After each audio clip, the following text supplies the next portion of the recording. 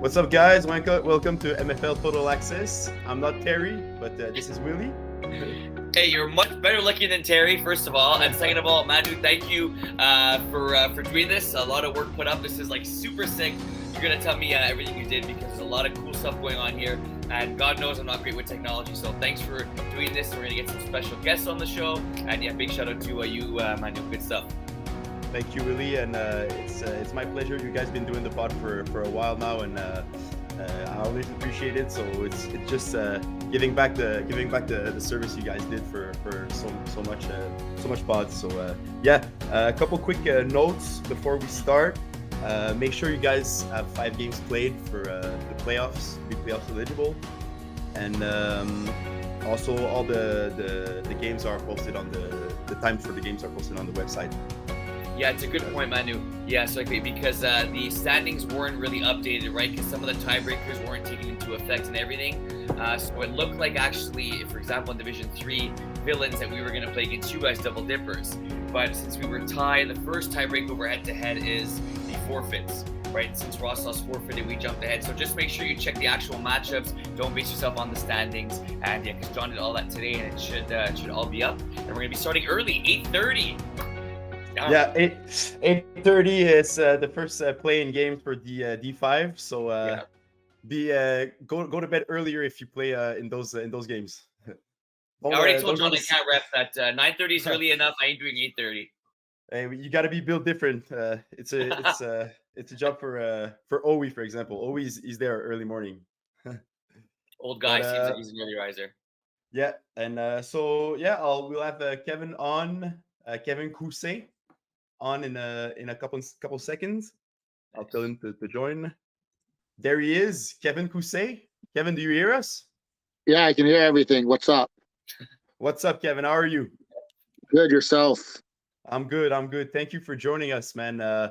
We started without you because you had a little problem, but we have Willie, we have me today, and we're glad to have you on MFL Total Access. Is it a first time for you on a podcast? No, I was on it. Except yeah. But I was on it way back in the day. Way back, okay. I was on it once before when Will was away, but nothing recent.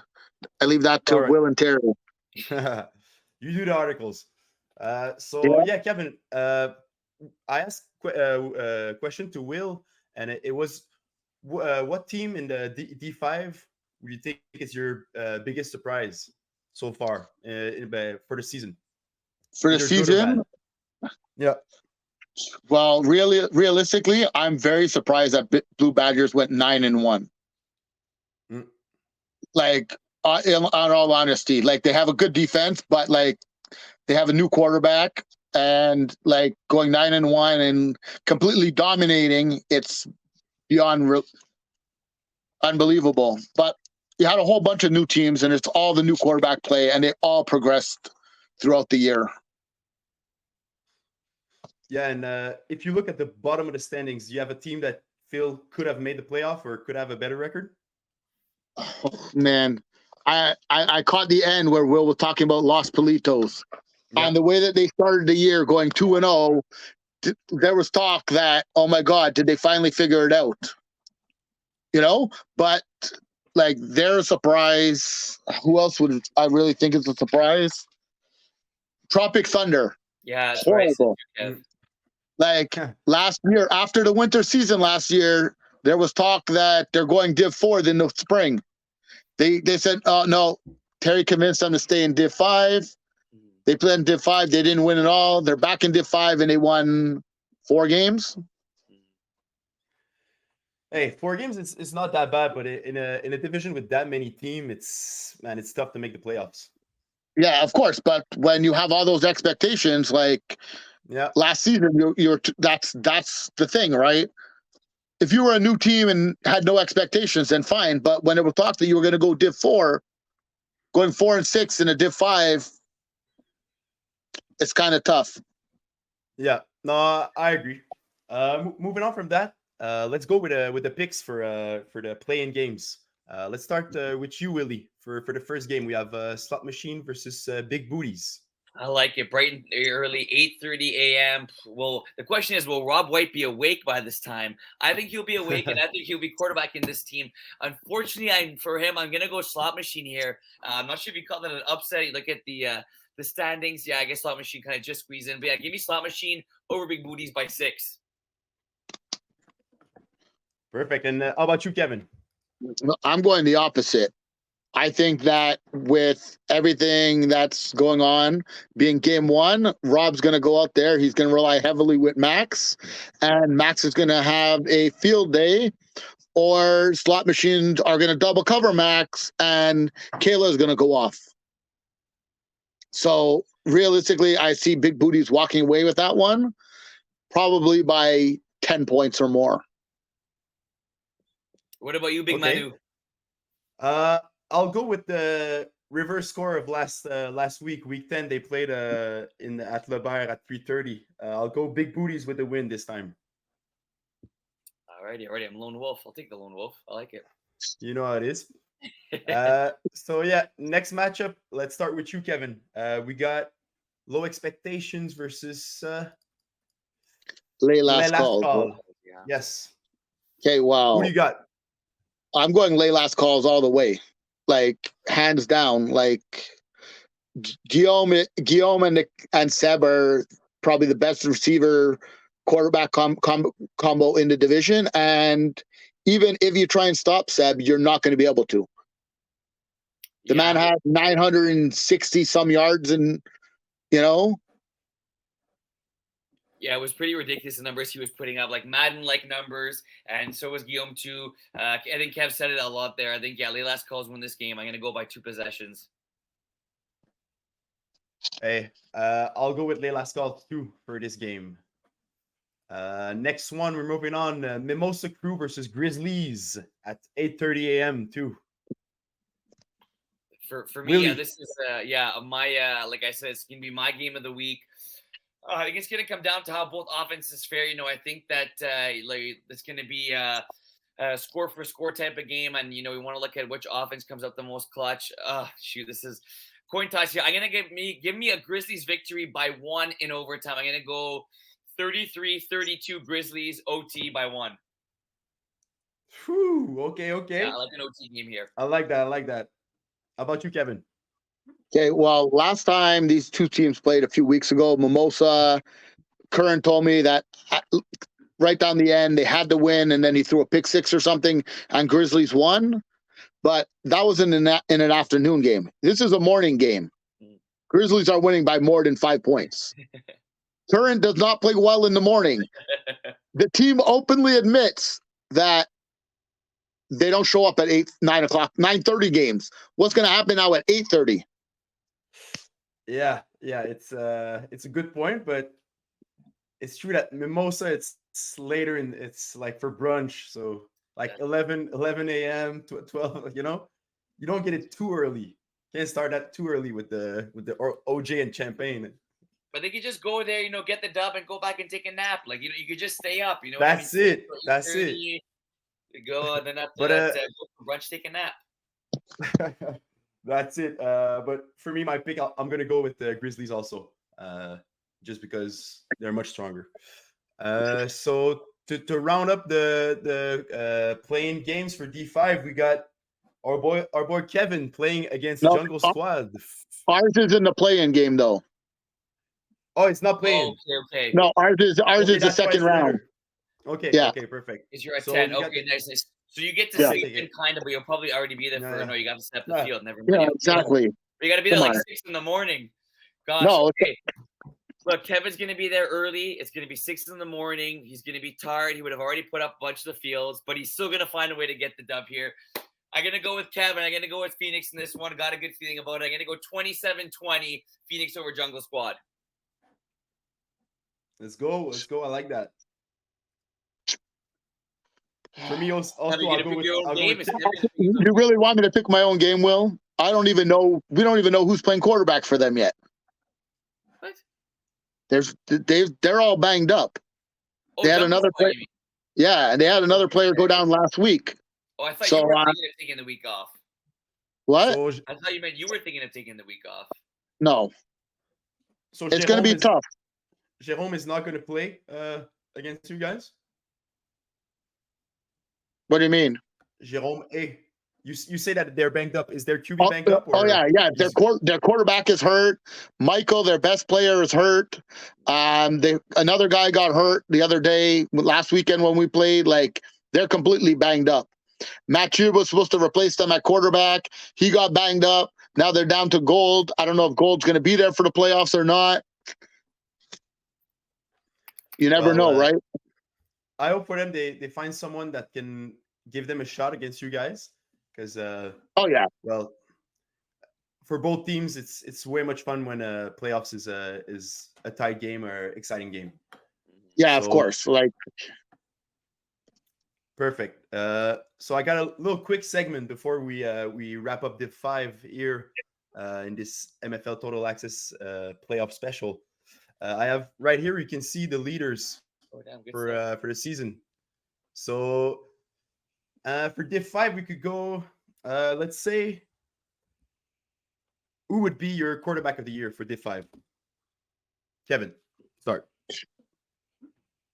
I might go. I'm not going to put myself. I would go with Ben Mallette. Okay. Right. As a first-year quarterback, to put up what the numbers that he put up is kind of ridiculous. It's pretty like that was my one concern about this team, right? Was the quarterback position, just because like it's not easy, right? You could be the best Div 1 MFL receiver, but if you're not able to throw a football, then it's tough. Yeah. Manu, you have your answer? Me too. I'll go with Ben Mallette, since Kevin, man, you playing Div 5 for so long, and I can't give you I can't give you QB of the year, but when I'm looking at the stats, you're dominating passing yards and passing touchdowns. So it would be you if we look at the stats, but I agree with you. Ben Mallette is really impressive, the development he has, and he's playing really good football with Ben Denis, and this team is pretty good. Yeah, so I agree. I can't remember saying it, but I think I have to go Kevin. You know, the passing yards are there, the touchdowns are there. Interceptions a little high at 20. You know, you want to limit that to less than 2 a game, obviously. But look, I'm going to be the lone wolf again here, and I'm going to say it's probably between the two of them. But yeah, Kev, I'm going to go you, and not just because I think you're cool. You're just sucking up for later on. You know my tricks. Let's move on to D4 now. Nice. So D4, what do we got? Let's put it to the screen. First question I have for you guys: disappointment and surprise, like we did for D5 teams. What's your disappointment and what's your biggest surprise? Surprise is good. Yeah. Okay. I'm gonna start with you, Willie. Yeah. Thanks. Disappointment. I'm not gonna say Cyclones because I expect them to go winless.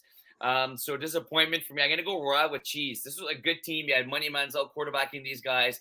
I know he seemed to miss a few games, but I was pumped for this roster. You know, Terry and I were doing the preseason recaps, previews, I should say, and I thought this team could be a Super Bowl contender, if you want to call it that way. So yeah, a little bit surprised with them. Royal with Cheese. And I'm going to go with Trolling Holers too. I know they have a good core there. Josh struggled at quarterback, right? Playing last season. It's not an easy position to play. You know, he's got these guys rolling and trolling, if you want to say, with 6 wins right now. And yeah, been pretty impressive in their wins. And I think a 3 seed is very impressive for Josh. Not Div 5, that's Div 4, right? So pretty good stuff from him. Good point, Willie. Good point, Willie. How about you, Kevin?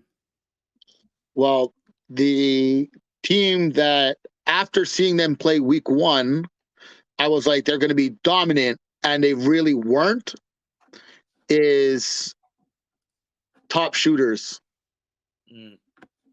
Yes, Marvin's not allowed to play defense, and fine, but he has 8 rushing touchdowns or something, 500 yards running. Yeah. He literally throws it as far as he can. His team is better athletes across the board, and to go 5-5, I get it that he's not on the field on defense, but the guys are athletic. Marvin knows the game, so he should be putting them in positions to succeed. 5-5. That's embarrassing, kind of. Yeah, and if you look at their schedule for secure top shooters, they started the year with 2 straight losses, won 3 straight, lost 3 straight, and then finished the year with 2 wins. So they're really streaky. It seems like either they play really good or they play really bad. It's kind of like Manitoba boys back in the days. Yeah. Slow shout out to us back in the days. But yeah, they started a little bit slow, but like you said, Marv he's an athlete. He's gonna go out there, he's gonna juke some people, he's gonna make something happen, and he's gonna chuck it downfield. But it's not gonna work against the best teams in Div 4. I'll No. tell you, and Bin Lofat is not a good matchup for them to start the playoffs, in my opinion. And then the surprise team, I want to go with Jags and Chill, but really we knew what they were going to be, and like I'm almost disappointed at 6-4. But I would say I'd have to go with Drama Club then at 6-4. Like with how strong the Division 4 is, for them to finish 6-4 is very impressive. You know? But again, Simon's been around long enough. He knows what he's doing. He's got Nico and Roxanne, who he's played with for years, and now their new guy Ben. Yeah. Right. You know, they're solid. Yeah, Ben, the other Ben, Le Petit, is that it? Yeah. He didn't play as big of a role this year with them, but like once he steps up in the playoffs, they should be good. But going 6-4, getting into the playoffs, I'm impressed by that. That's going to be a heck of a matchup, the Aggies and Chill Drama Club. I hope it's better than the last time they played. Last time they played, it was like 20-plus points. Yeah, I remember that. That was surprising. For Jags and Chill. Yeah, well, man, if I look at their stats right now, Simon has a good season, throwing 34 TDs and only by 11 interception, which is not too bad, but he's taken 19 sacks, and that's a lot of sacks. I feel like you should not take as much sacks as that. And Jags and Chill probably have a good rusher, and if you get sacked on 3rd or 4th down, that could change the game. So I'll just advise him to get rid of it quick and use his weapons that he has in his team. Roxanne, Nico Potvin, and Ben Faubert were really good players. It's cool. I like how that's a first round matchup because you think both teams are kind of too good to be eliminated in the first round. Like to have that as a first round matchup, it's a pretty exciting one. Yeah. So Drama Club, Aggies and Chill. I don't think it's going to be a blowout. We will make our picks very soon, but I have a feeling, playoffs is just different atmosphere. Both teams have figured each other out. I really see it coming down to the wire. Yeah, no, it's going to be a really good game. And just to segue into that, let's go right away. Your picks, Kevin, who you got? Aggies and Chill or Drama Club? Chill by 2 scores. Chill by 14. I'm going to go Aggies and Chill as well, but I'm going to go Aggies and Chill by 6. I got Chill also. Just the experience of GF and the guys. Man, it's going to be too much for Drama Club, but they'll do a good fight. They'll be in the game early on and crumble in the second half. No, it's just a joke. But second game, we got Idaho Ida Pimps against Trolling Oilers. Let's start with you, Willie. Okay, my brain is telling me one thing. My gut is telling me another. I always go with my gut. Give me Josh Levine and the Trolling Oilers in this one. I think Idaho is going to be up at halftime. I think they're going to take a 2-possession lead in the second half, and Trolling Oilers are going to come and storm their way back into this game, and they're going to win by 1 point on a convert. That's what you got, Willie? Okay. That's what I got. All right. Well, I'm going the opposite with Idaho winning and Josh struggling in the game with Mason getting at least 2 picks off of him. And with the game on the line, Mason's going to get the game-winning pick in the end zone to seal the game. I like that. Mason, a heck of a baseball player. Yeah. He's got that good swing, huh, Willie? Trust my guy. Oh man. Yeah. So for me, Man, I got to go with the Pink Boys. Those are my boys, but I like also trolling Oilers, but I have trust in Udo to take this dub. Don't know who's gonna play QB though. I know Simon Dumas was injured last week. Hopefully he's gonna be good to play. If not, I think David Brisson can actually still throw in div four. Oh wow, that'd be So huge. that's something to watch. If He Simon Dumas is can, not but playing.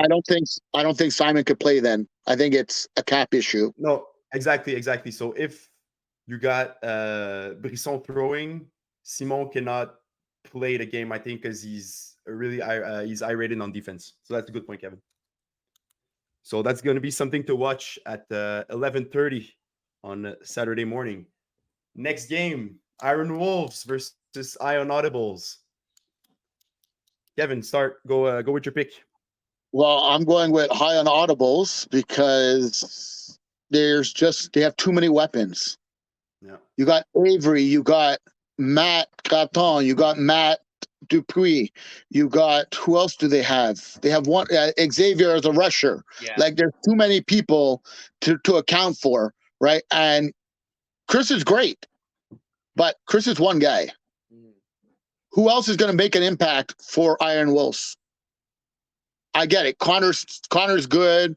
There's another one of the young guys that's solid. You know, they got Carlos, but overall, the skill level for the high and audible guys are too strong. Yeah, I think this game's gonna come down to it being which defense is able to come up with a stop, because I like both these quarterbacks quite a bit. You got Prudhomme and you have Jason on the other side. Oof, like you got like for D4, you got a lot of great players here. Yeah. Man, I just think like Kev has a really good point there. Just the talent on high and audibles. Oh, one thing I'll say is I think of all the teams that are playing this weekend in D4, the one team high and audible didn't want to play is Iron Wolves. I just think that Iron Wolves match up fairly well against them. With all that being said, and completely contradicting myself, I'm going to go with high and audibles by 2. Hey, it's tough to pick against Ion Audibles. Every week I see them play and I'm really impressed. Maybe it's the gold ball. I don't know if that is that's it, but man, they're slinging that and they're really good. But I must say, last playoffs it was in Div 3. It was Iron Wolves Div 3. It's not the same roster, but in the first round they almost beat Average Joe's. Yes, and that's gonna be the key for them. Play like you played last playoffs and finish strong, because you're going against probably the best team in the division, one of the best teams. And the Iron Wolves have a young core. They got some good players. Just follow the lead of Chris and Jason and go win it. I think they will take it. I got Iron Wolves by 3 points. I like that. Good stuff. So let's finish this with the D4 matchups. We got Secure Top Shooters versus Bin Low Fat. I think we started with let's go, Willie. Tell me your pick. I think for Secure Top Shooters to win this game, they're going to have to stay focused throughout. This is a really emotional team. We talked about, them being streaky throughout the season. And I really do think at times their emotion, plays their advantage, their willingness, to play for each other, make big plays, hype each other up. It's a team that wants to win and they know they want to, make plays every single play. They just don't take plays off. You don't really see that often in Div 4. Bin Low Fat, like you mentioned before, Manu, is a tough first round matchup for them. And I just think they're a little bit too strong on the defensive side of the ball. I want to see Marvin go out there, lead his team, and, be that leader we know he can be. But I just think this is a Bin Low Fat team that, is set up on a mission right now. Only one loss throughout the season. And as the season progressed, they were just the better team. So I'm going to go Bin Low Fat here by, give me 7 points. How about you, Kevin? Who do you got? I think it might be a bit more than 7 points, but I don't think it's going to be for that reason. I think what's going to hurt top shooters is them not being able to maintain drives and chew up some clock. I'm not saying they're not going to score, but it's going to be on big plays where later on in the game, because they're going to fail on converts, they're going to have no time left. They're not going to be able to manage that clock down the stretch. And Bin Low Fat's going to walk away with it. Yeah. For my part, also I'll go with Bin Low Fat. Just more experienced team. Uh, they play. They have playoff experience. They've won a championship. I think they're going to go for another run this fall playoffs. So I got them winning over Secure Top shooters. Um, so now to go back with the award prediction for Div 4, uh, I would like to know you guys two-way player of the year. So I don't know if in MFL we have this award. I think it's MVP. Probably MVP is much. Yeah. Is the award. Yeah. Let's go with your Div 4 MVP or your candidate. You can name 2 or 3 person, just one. Let's start with you, Kevin. Who do you got as your Div 4 MVP for this fall? If I looked at the stats correctly, I want to say Chris Hope, but I don't want to give it to Chris because it's Chris. You know, like he earned it though. Is he allowed? Like, is he eligible to win? Because like, Look, yes, we don't have that rule. I personally have that rule when I do my articles and stuff, okay, but the league does not. Where you have Chris, who's a very good D1 player, or used to be, not too long ago, now coming down to Div 4 and dominating, right? It just feels weird giving somebody like that an award. But Chris would have to be my MVP. If you look at the competition in Div 4, Chris he has his place. Like there's a lot of good players in Div 4. It's not like he's out there against like yes, there's players that are still developing, but you got like GF Delos, you got Marvin is just QB, but no, I get that. It just you know, it's just one of those things that I'm not going to go and look in every game and say, oh, well, Chris struggled against the good teams, but then those weaker teams that he played, he went out there and had 250 yards each game, you know? No, I understand. No, but like overall, like I would probably have Chris as my two-way player or MVP. Nice. How about you, Willie? Do you have an MVP or candidates? Well, look, I mean, I love my offense here, but I got to give defense some credit here. You look at Andre Bertrand with 24 sacks in 10 games is very impressive. Wow. In second place, you have Kaba, who has 12 sacks, so he has double the amount of sacks the guy in second place has. And along with his 24 sacks, he has 37 tackles, 5 PDs. I don't know what the record is MFL in terms of sacks in terms of this division, all divisions combined. But I just talked about trolling holders, and I was impressed with them. They're sitting with a 6-4 record, and he has 24 sacks and 37 tackles to add to that. So I like my offense, but give credit to the defense. I have Andre as my defensive MVP, but I didn't look at his offensive stats because he didn't pop off the I don't think he plays any offense though. That's the thing. So it's kind of like. Yeah, that's it. Yeah. If we're gonna go two-way player kind of thing, right? Just because you completely dominate one side of the ball, but you do nothing on the other, does that make you the two-way player?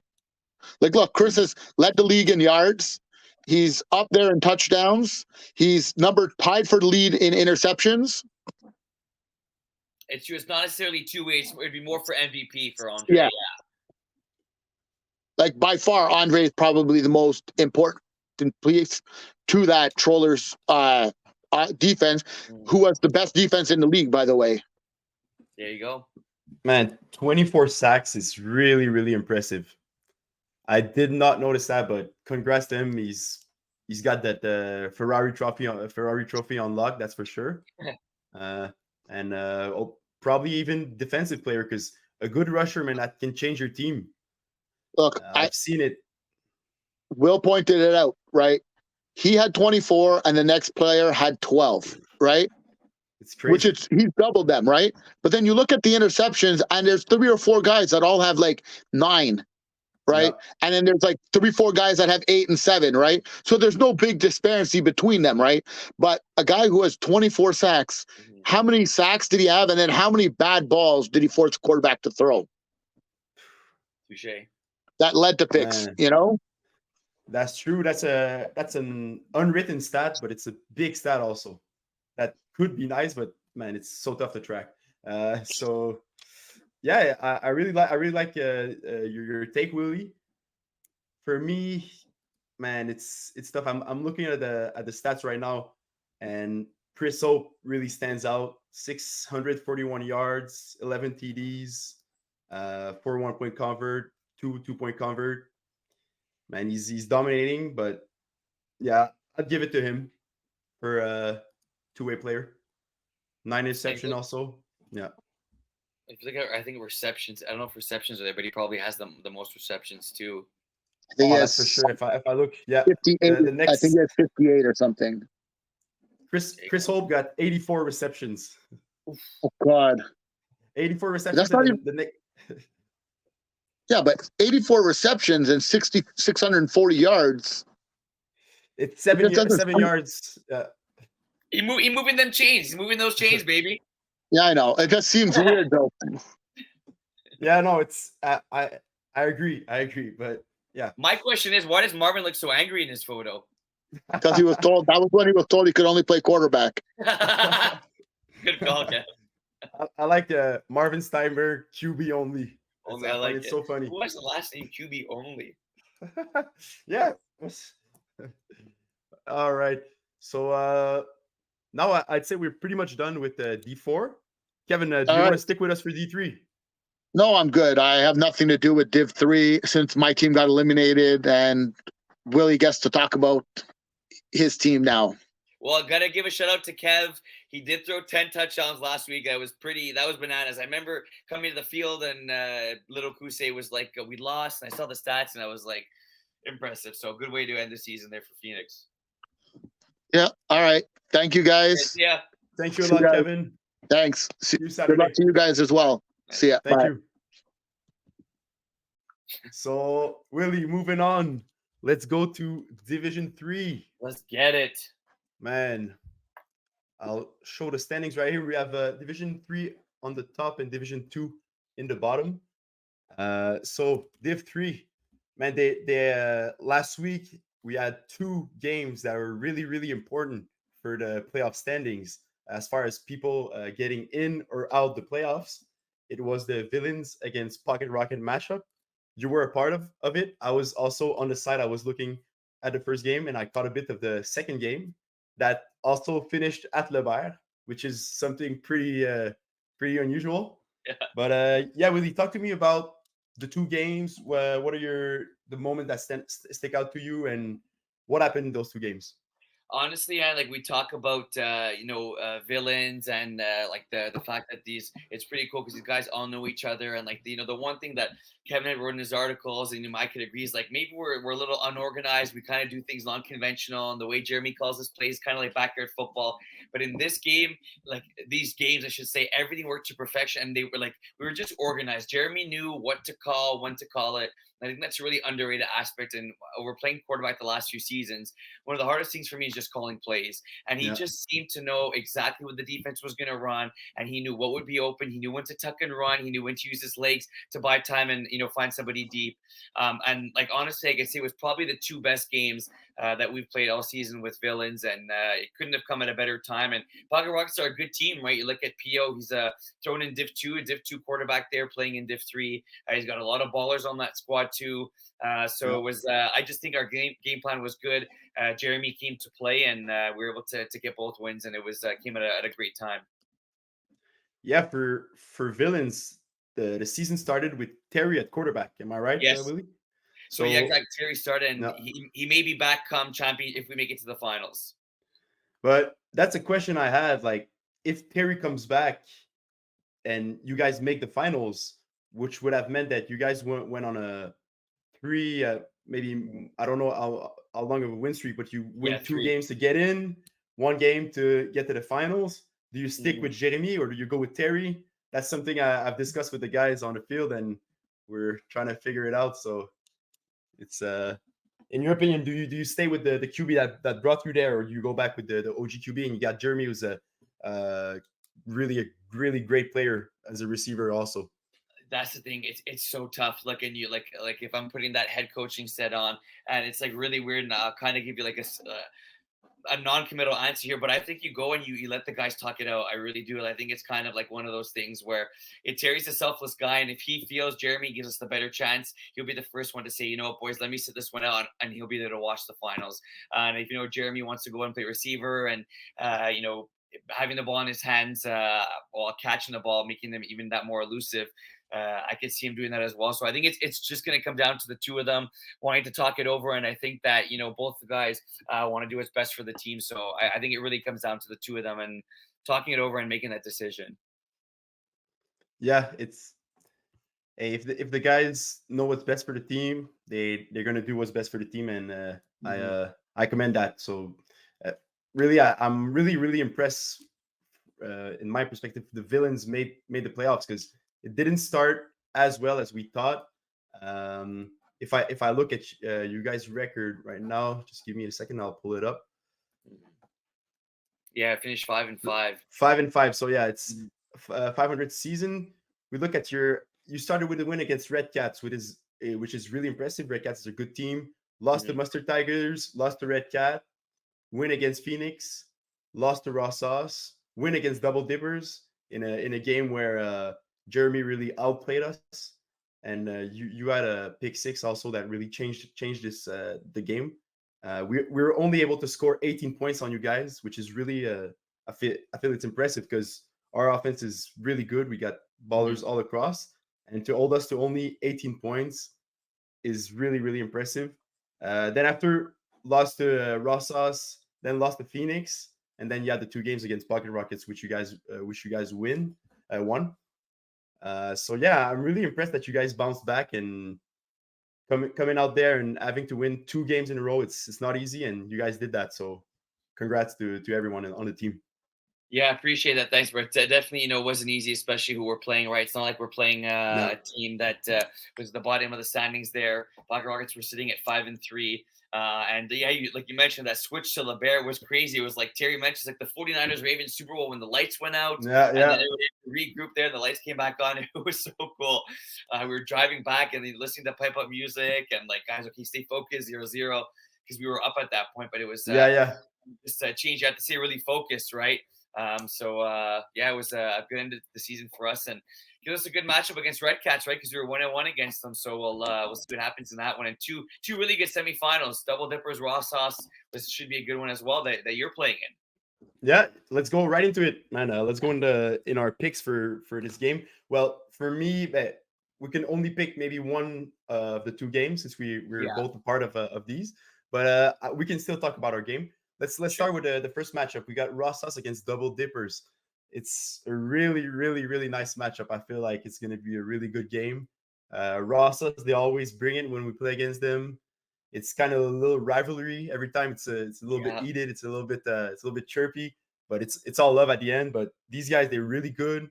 Ludovic is developing into a really good quarterback. Also, really impressive what he's done. Gabouche is back from his injury. I know they lost Antoine Théroux. I don't know if he'll be back. He's a really good player, but their rusher is good. Man, we have our hands full, but we're ready for them and expect a big performance from Mr. David Brisson. Yeah, I'm excited. It's going to be a battle of the quarterbacks here, but I could Yeah. honestly see this game finishing 41-40, 42-41 type of thing where both teams put up 40 points.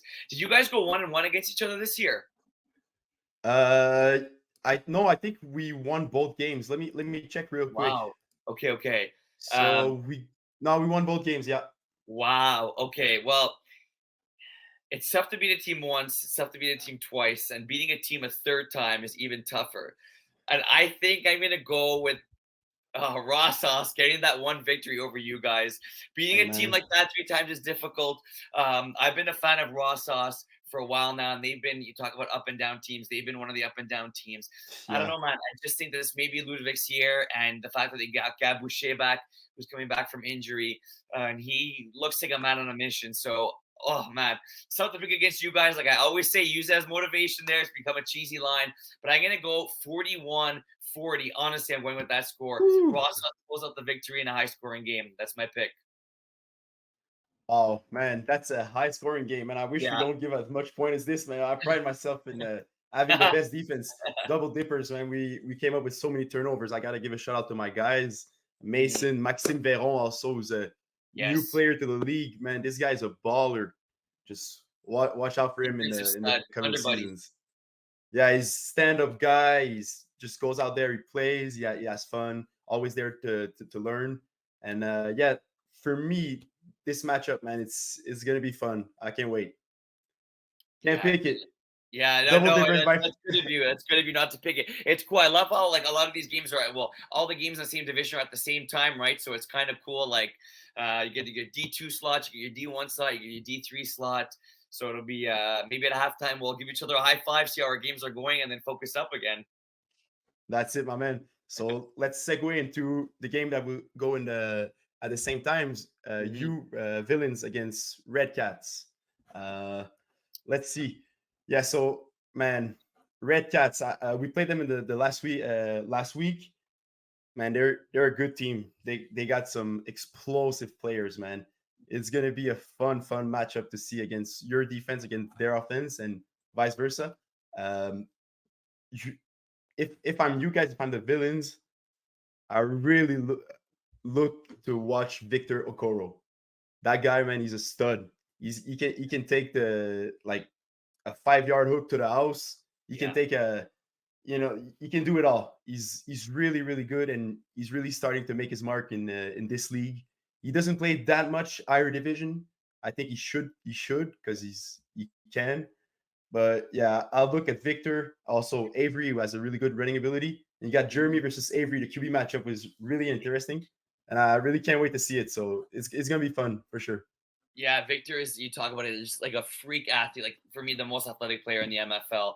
And yeah, it would be cool to see him coming up playing divisions. I'm sure he's been offered, and he's going to be playing there soon. But yeah, we split the season series against him. We went 1-1, and yeah, you got those two players like you said, Avery and Victor there too. And you got these kind of hidden gems. You got Ben. You have both Bens right playing in this game too. You have Gordon who's solid. You have Nick Eagley. Yep. This is a team that like once they bought into their system, and once they continue to buy into their system, they're they're a tough out. And I think that's the thing is they really do play as a team and a cohesive unit, especially on the defensive side of the ball. It's good to see them adjust and talk. So yeah, we're looking forward to the matchup because it'll be a fun one. We were hoping to get an easier team, but look, at this point in the season, there ain't no easy team. So it's the rubber match, 1-1. It's gonna be the deciding one. So for me, my pick, and that would set up eventually a finals villains versus double dippers. So I got villains winning this game. Oh, is that a V? I'm trying to do a V. Yeah, V up. So let's wrap it up for Div 3. Thank you to Phoenix, Pocket Rocket, and Mustard Tigers. You guys are all great seasons, and hopefully we can see you guys back in the winter or next spring. So now we're gonna bring Mr. Ovington, Mr. Jerome Ovington. Yes, sir. Yes, sir. How are you, my man? Pretty good. I like the background. It looks like my grandma's place. A nice little white white drapes there. All right, Jerome, I got a question for you. Yes, As sir. you can see on the screen, we have the Division 2 standings. I asked the question to Kevin, to Will earlier. It's going to be the same one. Do you have a surprise and do you have a disappointment in Division 2 this season? Biggest surprise for me is KOLB. New team coming into MFL Montreal. Didn't know what to expect. Saw them play a couple times. They looked pretty good, but I didn't expect them to make the playoff and finish in the third seed. Disappointing. Thunder Buddies, man. I mean, my bad, Willie, but no, it's fair. Expected more from the team, with the experience of Steve, with a lot of guys with a lot of experience on the team. Expected a bit more. Some tough losses, some close games. Just felt like they sometimes couldn't end with the win, and the differential is not looking that good either. Yeah, no, definitely. That's definitely fair. 5-5, like we just came off. The championship. We just squeeze into the playoffs. It's not how you want to head into the playoffs. So, yeah, I got to respect that. What do you got to say for your defense, Will? I just completely told. Well, like to we were missing some guys throughout the course of the season, right? And unfortunately, we had a lot of guys missing for time. We had Dylan injured. Steve was Yeah. away a little bit too. So, look, not to make excuses there. I think we should have been better than 5-5. But now we played our last game. We're finally a full unit. Had a really nice game against Nice TDs. Came up with the loss there, but I'm excited for the rematch. Yep, I watched a little bit of almost all the Nice TDs versus Thunder Buddies game, and you guys really anged with the best team in the division. So I feel you guys would be fine. You play them. It's gonna be a nice game to see. I won't be able to see it, but I know it's gonna be fun. Man, the question is, can someone stop Vinny? That's the question. And I have Jerome, who's a defensive mastermind. And I have a question for you. What would be your game plan, Jerome, if you would have to stop Vinny and his offense? We know how he does it. He's really smart with the ball. He likes to roll. He likes to throw on the run. What would be your game plan? You gotta have a great rusher. You gotta need somebody that's able to disrupt Vinny, get in his face. Ideally, you want a tall, lanky rusher, so not necessarily the fastest, someone who can like limit his field of view. And the most important thing to me is not about Vinny, but Andrew. You gotta tackle him. Most of the time, he just catches the ball with open space because Vinny got great concepts. This guy is wide open, and sometimes like defenses forget about Andrew, and you can't do that. And he racks up like he catches it maybe 10, 15 yards, and it ends up into a touchdown. And you got to be able to tackle him. You can't leave him space. You got to know at all times where Andrew is on the field, or else it's gonna be a long day. I agree with that. Sorry, man. He took like a 4-yard hook to the house, and like we kind of just like blinked, and he was like he got up to the edge, and it was like okay, like what the heck are we supposed to do? No, it's man, you got to be all around him. If you leave him a little bit of space, man, you better be quick to catch him up because he's gone. Yeah. So Willie, different question for you. Mm-hmm. What do you think about Average Joe's season and how they switched it up with Iggy at quarterback? Well, the thing is, like, look, Iggy is a very solid quarterback. Right? We've seen it in FPF, and what he can do. And I was impressed with how quickly they kind of turned it around. Because you could have the best quarterback in the world, right? But if you have a guy that hasn't thrown to certain players, it's difficult, right? And he seemed to connect with guys, and I know I had a conversation with him. He was like, "This roster is freaking solid," and the Average Joe's roster was solid. So I'm like, look, let's see you take away. I think it was the 3 games that Jason threw in, and they lost. So Iggy ended up going 4-3 with the Average Joes. Who knows if he started the season, if they would have made the playoffs? Maybe yesterday, you got to kind of lean towards they probably would have found a way to squeeze in. But I like the way they finished the season, right? Sitting at 4-3, and who knows, maybe come winter time or come the next season after that, he will be quarterbacking this team. But I was a little bit surprised to see them, they played against you guys, right? Idaho, when Brady wasn't at that game. And that would have been the game to, I think, punch a ticket to the playoffs, if I'm not mistaken. And you guys came away with the dub there. So it would have been nice to see them make the playoffs, but still a good season. Yeah, it's impressive that Iggy was able to win 4 games with guys that he didn't throw. But with Iggy, man, you go in there, he's so smart. He's going to put you in the right place. And when the game we lost to him, I know we were 5 to start, but when we were 6, even then we had really difficulty to stop him. And yeah, even though they missed the playoffs, I got to commend their effort to almost make it. So moving on, boys, let's look at the matchups. Jerome, what do you think about facing KOLB in the first round? I'm excited. It's a really fun team. I missed the second game we played against them, I believe. But the first one we had Simon at quarterback, and we played really well. But I think they had some really good players missing as well. So I really am not really sure what to expect. I know they're pretty athletic. They know how to play the game. They've got some great chemistry between each other. But I think it's a good matchup for us. I think we've got the athletes to match them. The return of Gab Boucher hopefully is going to also help us defensively and offensively. And if Brady can limit the turnovers, I think we've got a really good shot. But we're not underestimating them at all. No, that's for sure, man. KOLB, they're a good team. Even though they haven't played Montreal in the past seasons, they played Brossard and they won a championship in Brossard. So they're hungry. They're gonna come with their best. Because when we played them, there was a bit of trash talk. It was heated. Man, it's gonna be fun. I can't wait. To me, it's a revenge game. So I'm going out there to put a You lot had of a points. tough But one, didn't you? huh?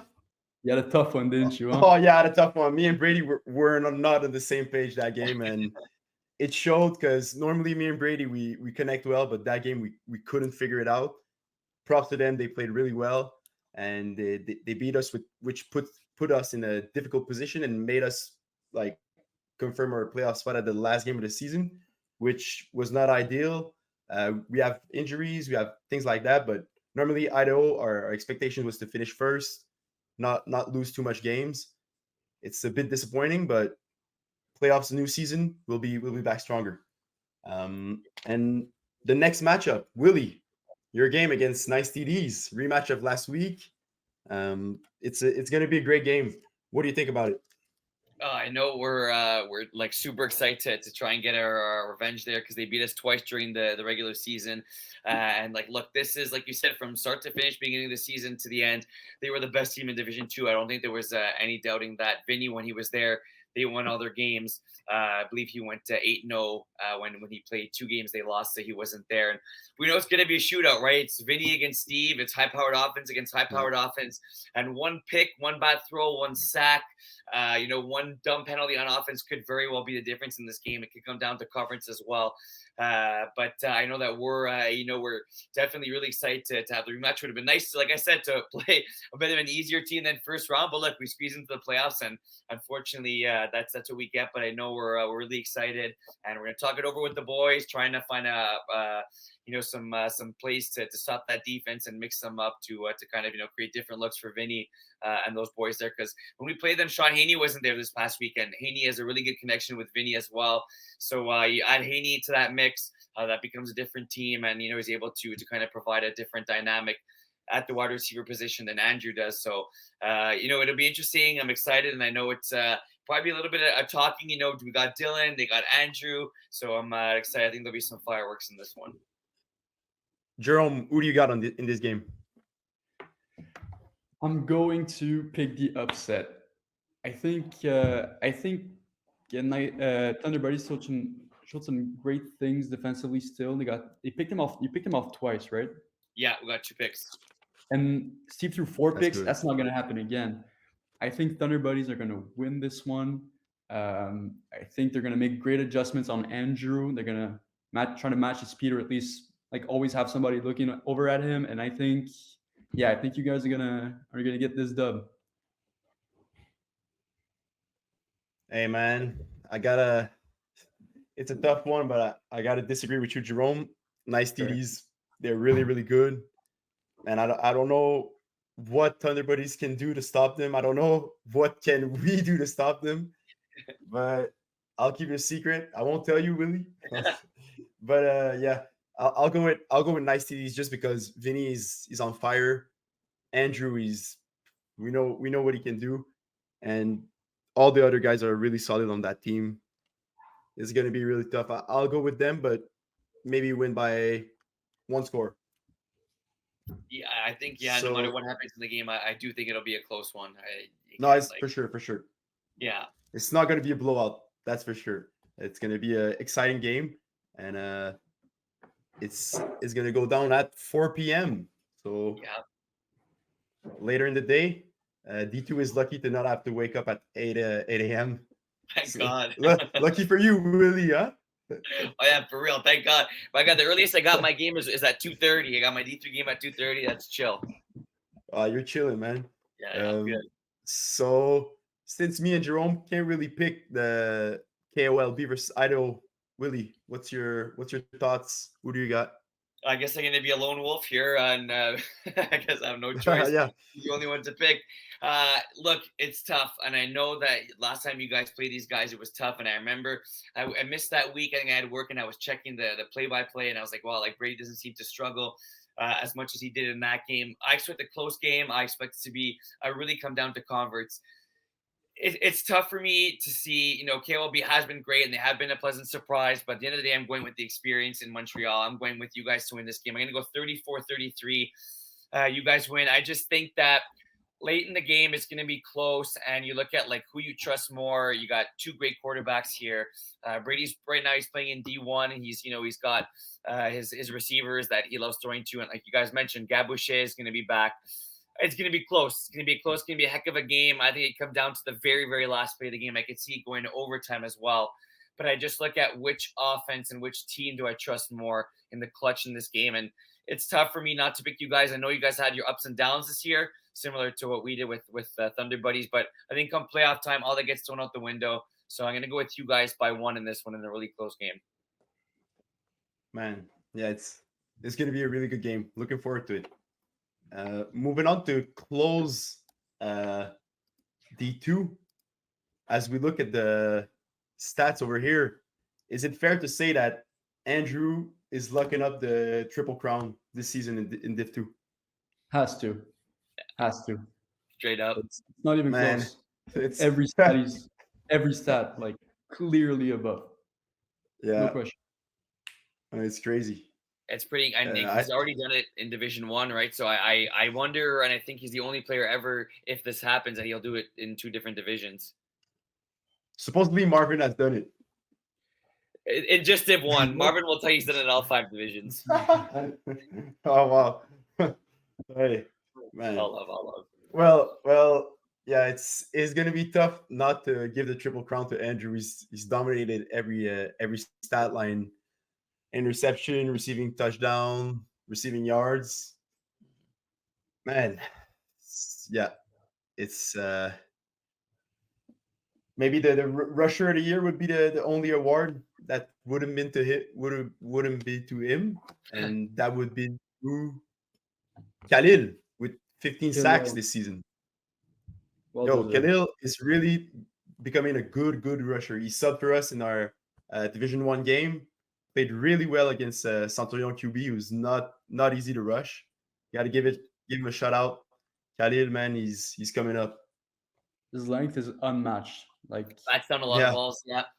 very, very quick to get up, like to bat the balls and down to get the flags. It's something like I was talking to him this weekend, and he was telling me like, yeah, I've been working really on like my strength is like how quick I get down to the flags.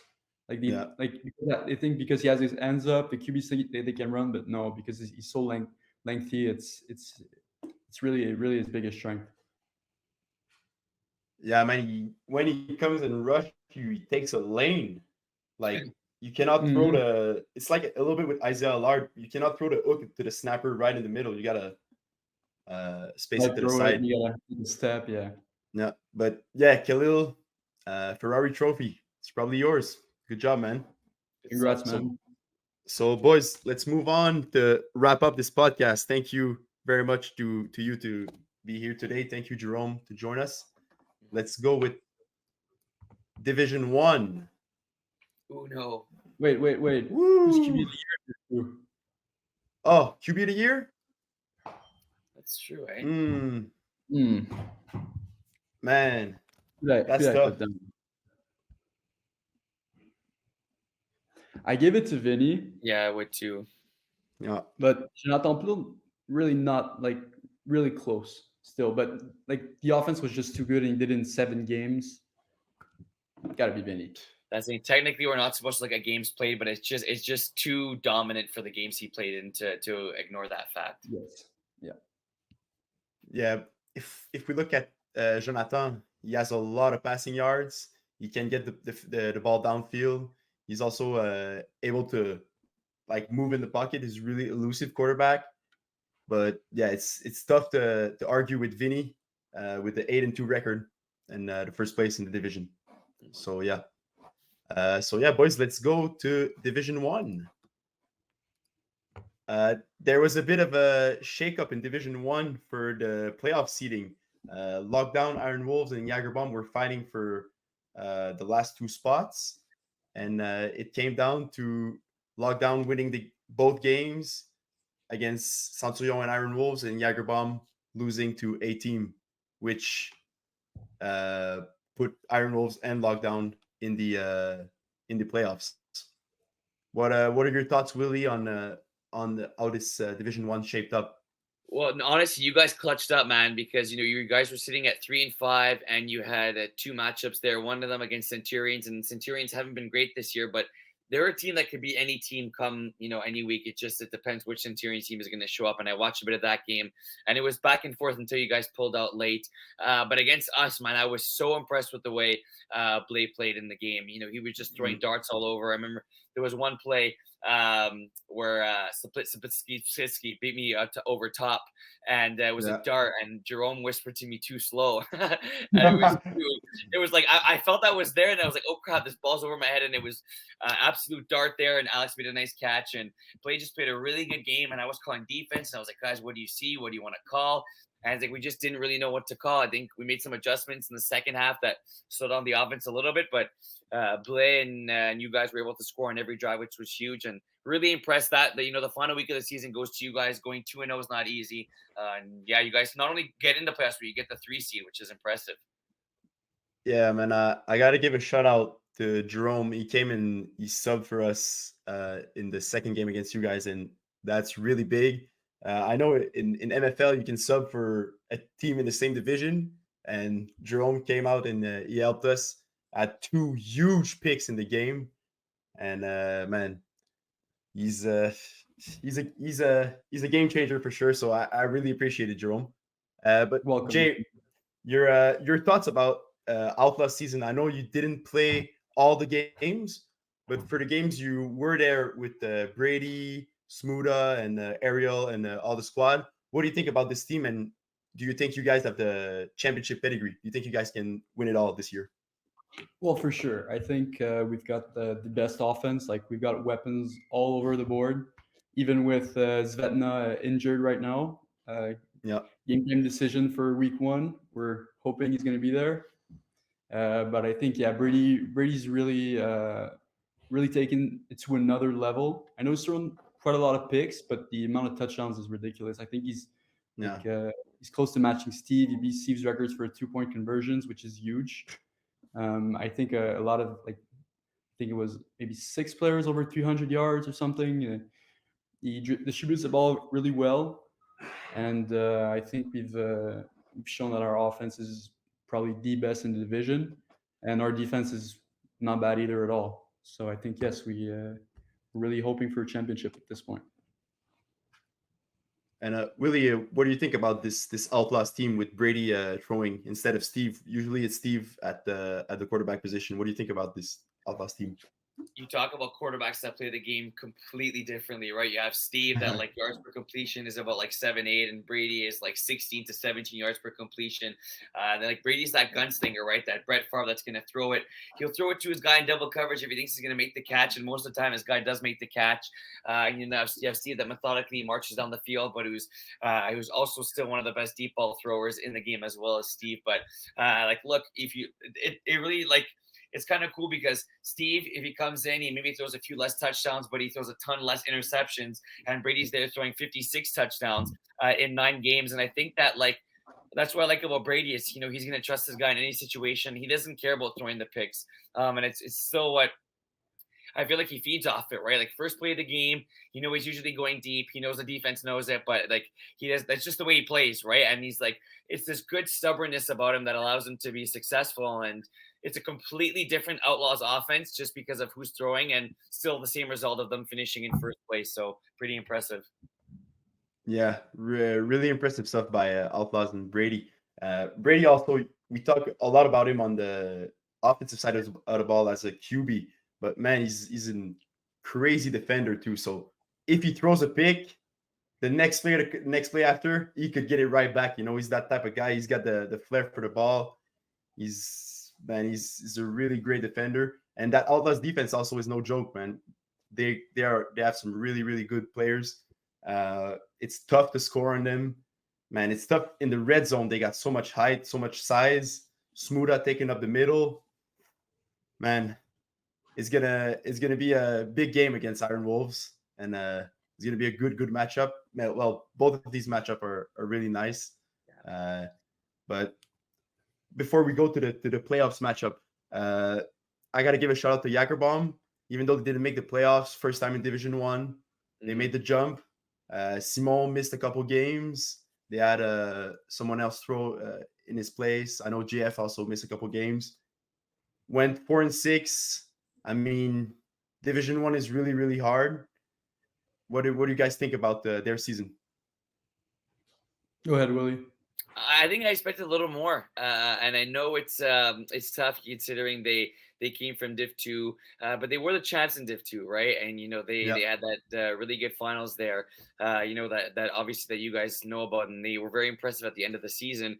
And yeah, Simon did miss a few games, 4-6. Look, with their playoff lives on the line and A-Team already having locked up a playoff spot this past weekend, I would have liked to see Jagerbomb go out there and win that game. Jagerbomb were playing for their lives, whereas A-Team were playing for a seed.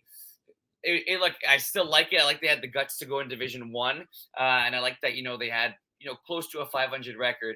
But I'm just saying that I expected more of them because I know they could have made the playoffs. And if you told me they were 7-3, I wouldn't have been surprised. Right? They're that good of a team, and they're that well constructed and gelled as a unit. Yeah. So it's tough to move up a division, but I still think I would expect the guys to make the playoffs. Yeah, for me, I think. Well, first of all, apparently there were some controversial calls to roughing the passers that probably would have meant the Jagerbomb were going to win. There were some hurt feelings after that game, apparently. Okay. And that would have meant Iron Wolves would be out. Yep. But yeah, I think it's the first season in Division 1. It's always a big jump, and I think they did pretty well. The differential is pretty good. They didn't get outclassed by anybody. They hung with the best teams. They were right there. I think it's just more experience for Simon at the Division 1 level. The defensive players are just faster than Division 2, and there's always going to have a first season of adjustment. So I'm not particularly disappointed about their performance. I wasn't necessarily expecting them to miss the playoffs, but I'm not surprised that they did. Man, that Centurion game that they lost a couple of weeks ago, man, that really hurt them. Because good point. if they would have won that game, it would have been between us and them, and maybe we would have lost. I don't know. Would have made it easier for them to make in the playoffs. But Centurion came with the only win of the season, and they pretty much messed up Jagerbomb's hope for playoffs. Well, they reduced it. So yeah. Damn, Centurion come in there to bite you in the ass. Yeah, for real. And, no, it's tough, man. It's tough. But yeah, so if we look at the playoff matchups, we got Iron Wolves versus Outlaws.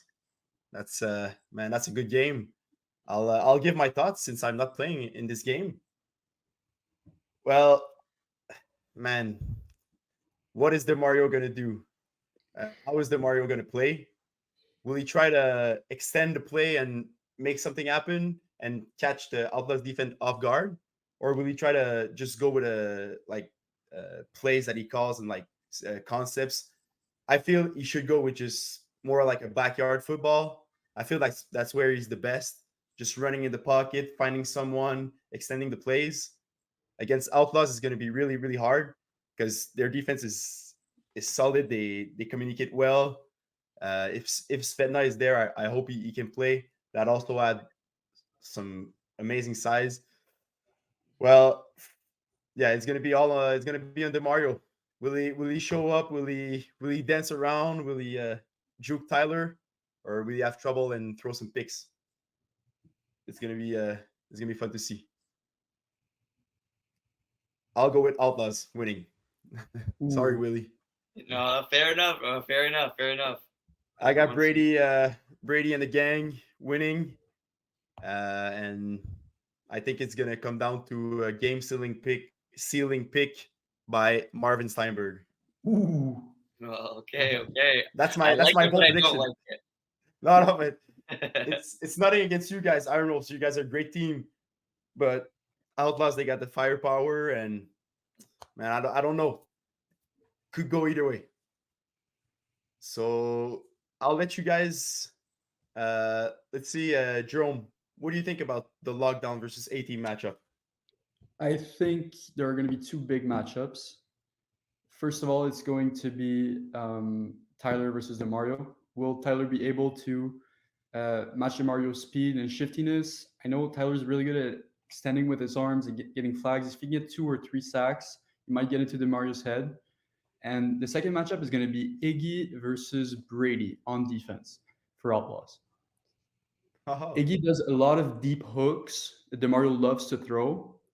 And Brady is really good at jumping down from the 3 position and intercepting those passes. And Demario seems to lob it a bit too much. He's not throwing the ball hard enough. And I think Brady's going to capitalize on this and might get 2 or even 3 picks.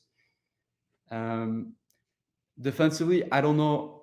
I think we've got the speed and athleticism to beat Iron Wolves, but like we're not underestimating them once again. It's a really good team. Demario can make plays out of nothing. They've got great defenders like Willie.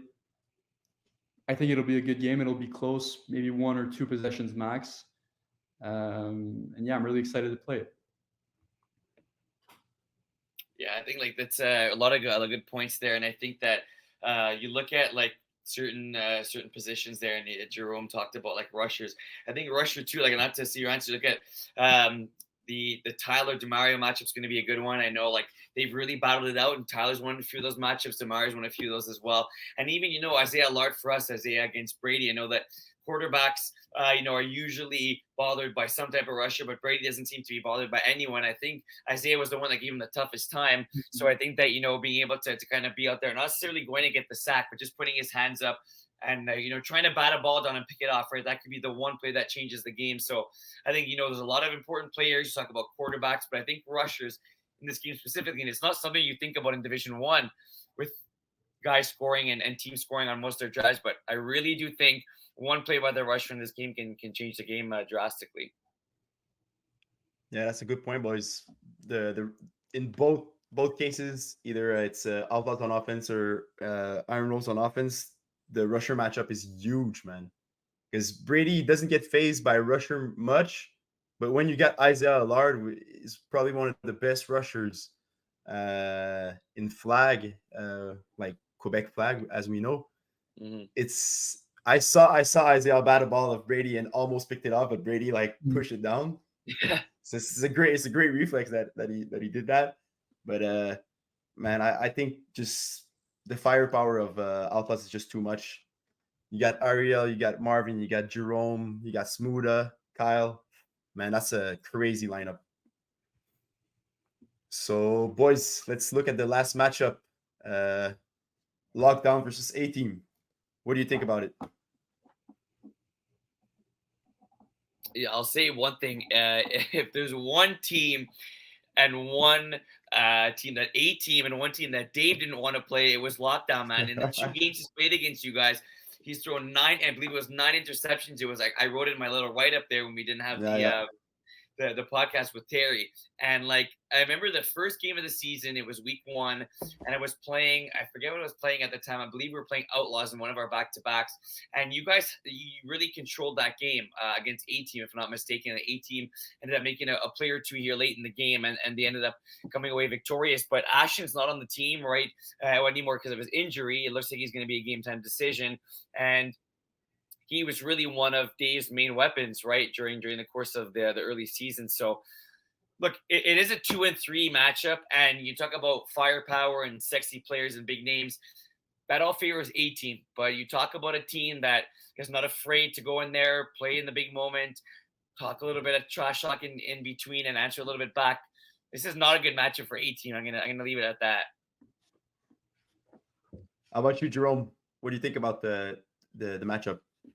I know that Blais really wanted to play A-team. I think he loves that matchup. He thinks they've got a really good shot at winning it, and for good reason. I think his patience and his ability to read the play and be patient in the pocket is really good against A-team. Because A-team love to bait, especially Jeremy Rooney. He loves to bait, like show something, but he's actually doing something else. And Bliss really patient. He doesn't do a lot of mistakes. I think he was a QB through the less amount of interceptions this season. Yeah. And I think Lockdown are kind of like the underrated team, the underdog, the team that people were like, why the hell are they in this division? And now they're in a 3 seed, and I almost want to pick them as favorites to win this game. I know that A-team is always a tough game, but missing Ashton is going to be very tough for Dave. I don't know how he'll adapt with his offensive weapons. Maybe try to use Collie more. It's a really good player that he doesn't really throw the ball to. The last game we played this weekend, Rooney was open a lot of the times. I was leaving him open, and Dave just didn't hit him. So I think he's gonna have to be more active in reading the defense. And Lockdown does a great job defensively, obviously. So I think I'm going to pick Lockdown.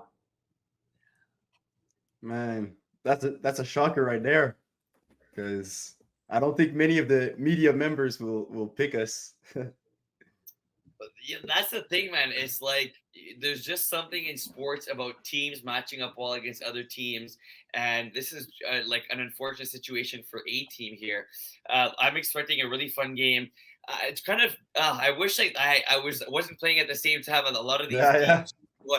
Like I wish we kind of separated it, but I Yeah. totally get it. Look, there's a lot of games to go through.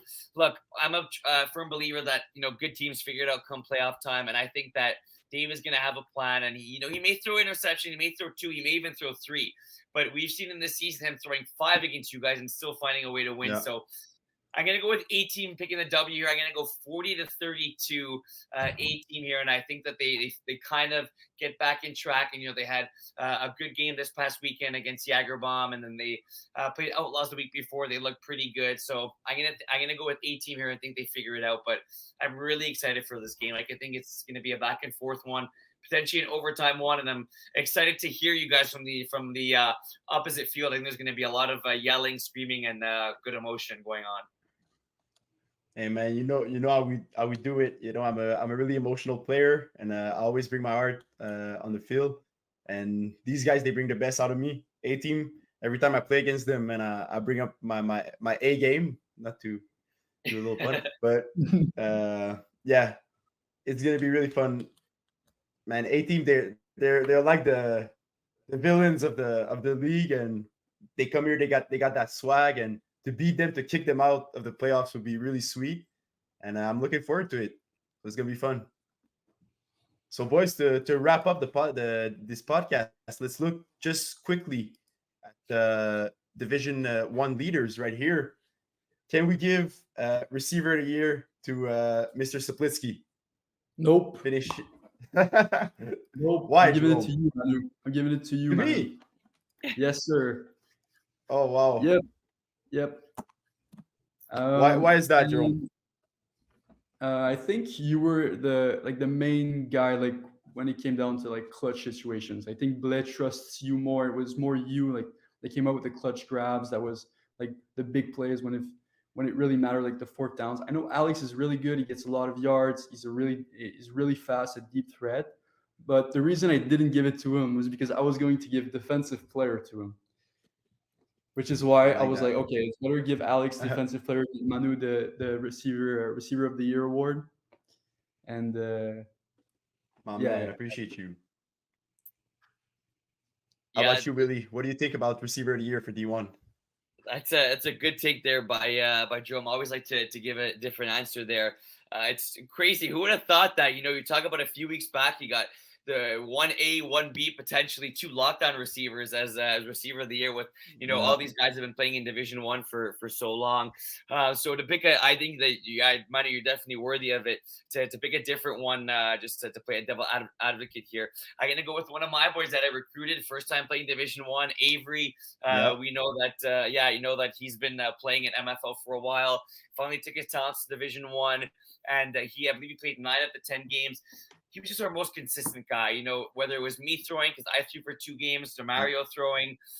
He was just kind of that calming presence, and a guy that he really understands offense like never before because of the fact that he's quarterbacking. And I think as a wide receiver, he was able to implement that. And his 15 touchdowns shows it all, right? And you look at yards, catches, everything.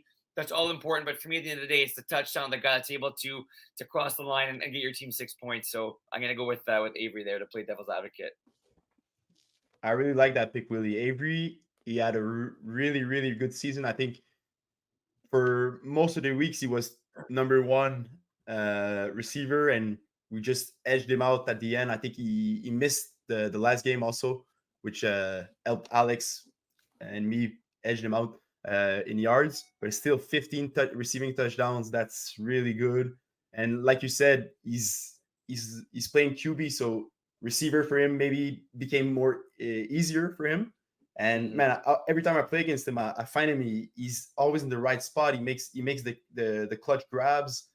He's fast. He's physical. Also plays perfect style for Demario and you also as a receiver. And great guy also. Avery is a teammate you like to have on your team.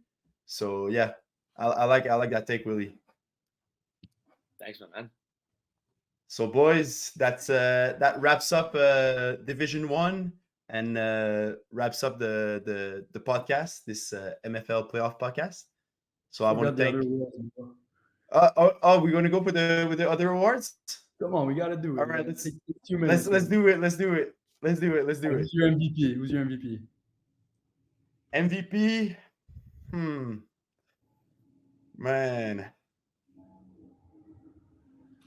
I gotta go with Mr. Sliplitsky, man. That's my boy. That's my boy right there. He balled out all year. That game we won against A-Team, he had a crazy performance. 3 touchdowns, I think 2 picks, 1 pick 6. Went off. His dip is crazy now. He's able to dip now, which is really cool. And I'm just happy to see it because Alex, that's my boy. I've been playing with him for a while. We started in Division 4. We started together. Division 3, and now D1. We're at the top, so I'm really proud of him, and I'm happy that he could maybe win MVP. Who's your MVP, Jerome? I'm going with Brady because of his two-way presence.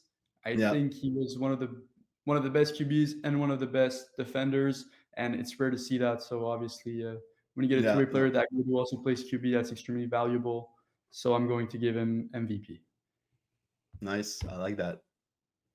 And Willie, you said Alex for your pick? Yeah, I honestly like going Alex. You look at just what he was able to do there, the touchdowns. So more the receiving yards and the interceptions there.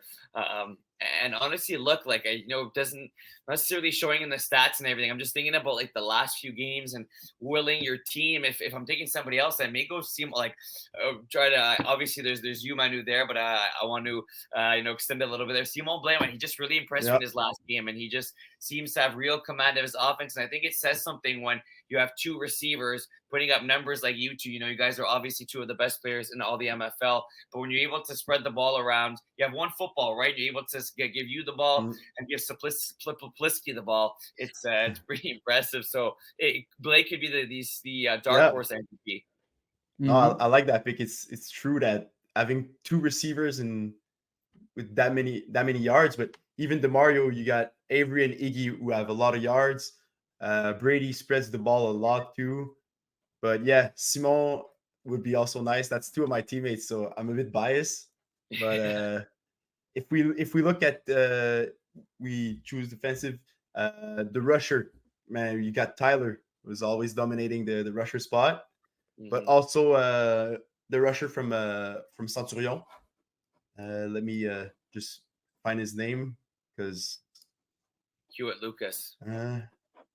Yeah, that's it. Francis Huo Lucas. Yeah. He's always there. He's always there, bro. Yeah. That's like one of the best rushers. He's up there. So I got to give a shout out to him. But do we have a Josh Devine trophy? No, it's no more Josh Devine trophies, Willie. I think we actually ended up taking it out, but yeah, that's every time. But no, let's say if we had to give one, let's see, a Josh Devine trophy. Not sure anyone from A-Team would win that award. I think he can knock off. What is it? Sorry? What award is it? I Josh forgot. is like the leader, the like friendly leadership. Oh, I'm giving it Sportsmanship, to like, you, man. Such a chill guy. yeah, Willie, man, it's like, Oh, you guys are sweet. No, I would. That's nice of you guys. Really too, really too. You think, man, I don't know. I feel like a guy like maybe Phil Champentier. Like I've always Yeah, kind of liked him, and super chill. yeah, chill. You know, going out there, mossing guys like it's no tomorrow, and picking guys up Mossing, afterwards. Yeah. You said that he must roam that. Oh, did he? Yeah, 2 weeks ago. Oh, sure. I didn't know that. That's not what I was making reference to. It's all good, That man. hurt. It happens to everyone. It does. Well, maybe not you, Willie. And no, it happens. It happens. It's we see the highlights, but we don't talk about the lowlights. That's all. Oh man, guys, I want to thank you for taking time out of your night for this podcast, and really looking forward to the matchups coming in this next Saturday. Thank you, Manu. See you Saturday, Sure. bro. See you, Jay. This was awesome, and I know it's not easy to do this. Just the just the what we're looking at right in front of us right now. We got the stats, we had the standings, we had the matchups. Yep. Not all that stuff is easy to do. You have that. You have the microphone. You have the you got the YouTube there in the background. I don't know if it's a PlayStation, what it is, but at first hand I can say no. Getting the show ready, it takes a lot of time, and you took more time than we usually do because we don't have any of this extra stuff that you brought for us today, and you've been a big advocate of the league. So I really want to thank you for that. Thank you for your comments and all your good work. And definitely, if you want to be on the media team or part of the committee, we'd love to have you. You're a good guy. So it's I don't want Of what you course. did today to go unnoticed, because without you, that may just been another write-up. It may have been me and someone else who would have been really awkward. But I want to thank you personally for this. And you've been doing a great job making the league a better place. So thank you. Thank you very much, Willie. It means a lot, and I've taken a lot of inspiration from you and Terry, Jeff, everyone who has put in work to add content to our league. I feel it's really fun. We all go out there, we play a game for fun. It's not the NFL. It's not like we're not pro athletes. We just go out there, we have fun, and then we go in the weekdays. Wednesday night, I open my YouTube. I got Terry just talking. I put it on while I do my things. I put it on while I'm in my car. I love it so much, and I'm glad to have been able to add my little spice to it, and hopefully we can work together in the future more. So that said, I want to thank everyone for watching this podcast. If you watched till the end, and see you guys on Saturday, bright and early. Playoffs!